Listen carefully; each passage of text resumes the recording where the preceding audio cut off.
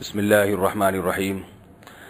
حضرت عائشہ رضی اللہ تعالی عنہ سے روایت ہے، فرماتی ہیں ما رأیت رسول اللہ صلی اللہ علیہ وسلم مستجمعا قط ضاحکا حتی ترى منه لهواته انما كان يتبسم، متفق علیہ۔ حضرت عائشہ رضی اللہ تعالی عنہ فرماتی ہیں کہ رسول اللہ صلی اللہ علیہ وسلم کو میں نے کبھی بھی زور سے قہقہ لگا کر ہنستے ہوئے نہیں دیکھا۔ آپ صلی اللہ علیہ وسلم مسکرایا کرتے تھے۔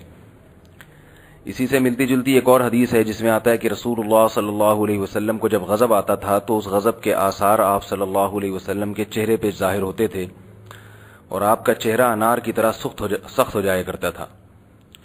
یہ بھی رسول اللہ صلی اللہ علیہ وسلم کے آداب ہیں، اخلاق ہیں کہ غصے کے وقت چہرے سے غصے کا اظہار کرنا اور خوشی کے وقت اپنے چہرے سے مسکراہٹ کا اظہار کرنا۔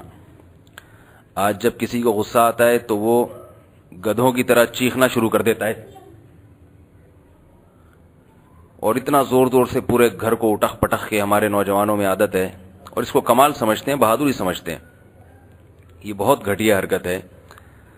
اگر آپ کنٹرول نہیں کر سکتے غصے پر تو کم از کم ایسا نہ ہو کہ آپ میں اور جانور میں، گدھے میں کوئی فرق ہی نہ رہے۔ تھوڑا سا اپنے آپ کو غصے میں کنٹرول کرنا چاہیے، اپنی آواز کو کنٹرول کرنا چاہیے، خاص طور پر کسی بڑے کے سامنے غصے کا اظہار کرتے ہوئے یہ دیکھنا چاہیے اس کا مقام کیا ہے، مرتبہ کیا ہے۔ اونچی آواز سے چیخنا، اس سے کو اللہ تعالیٰ نے اس قرآن مجید میں اس کو ناپسند کیا ہے۔ ان انکر الاصوات لصوت الحمیر، فرمایا کہ سب سے بری آواز گدھے کی آواز ہے۔ تو سب کو بری لگتی ہے کیونکہ بہت زور سے چیختا ہے گدھا۔ تو اسی سے ملتا جلتا یہ جو دوسری حدیث مسکراتے ہوئے تھے، آج بہت سے لوگ جب کسی بات پہ کوئی ہنسی آتی ہے تو آپے سے باہر ہو جاتے ہیں اور اتنا زور زور سے چیختے ہیں۔ بعض دفعہ ایسا ہوتا ہے کہ ہمیں کسی گلی میں کسی کے ہنسنے کی آواز آتی ہے۔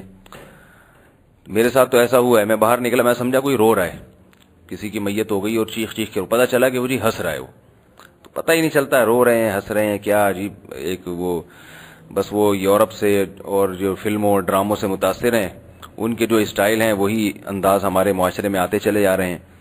تو ہنسنا بھی ایک طریقے سے ہونا چاہیے، غصے کا اظہار بھی ایک طریقے سے ہونا چاہیے۔ ان احادیث کا مقصد یہ نہیں ہوتا کہ شریعت آپ کو بالکل بانڈ کرنا چاہ رہی ہے، آپ کے ہنسنے پر بھی پابندی۔ بعض لوگ سوچتے ہیں کہ بھئی یہ کیا ہے، ہمیں اب ہنسنے پر بھی پہلے حدیث میں دیکھنا پڑے گا کہ ہنسنے کا کیا طریقہ ہے اسلام میں، رونے سے پہلے بھی حدیث میں دیکھنا پڑے گا کہ جی رونے کا اسلام میں کیا طریقہ ہے۔ تو یہ تو بہت مشکل، ہم سے نماز روزہ ہو نہیں رہا اور یہاں ہنسنے اور رونے پر بھی پابندیاں لگائی جا رہی ہیں۔ تو یہ مطلب نہیں ہے، آپ ہر آدمی کا ہنسنے کا اپنا ایک انداز ہوتا ہے، غصے کے اظہار کا ہر ایک کا اپنا ایک نیچرل طریقہ ہوتا ہے۔ مقصد یہ ہے کہ تھوڑا سا لگام دیں، تھوڑا سا پتہ چلے آپ کے ہنسنے سے اور آپ کے رونے سے کہ آپ انسان ہیں، آپ جانور نہیں ہیں۔ بس مقصد یہ ہے، باقی یہ نہیں ہے کہ آپ کو ہنسی آئی نہیں، آپ کی آواز ہی نہ نکلے۔ صحابہ کرام بھی مسکرایا کرتے تھے، ہنستے بھی تھے، ان کی آواز بھی نکلتی تھی۔ تو بس مقصد تھوڑا سا کنٹرول کرنا ہے۔ اللہ تعالیٰ عمل کی توفیق عطا فرمائے۔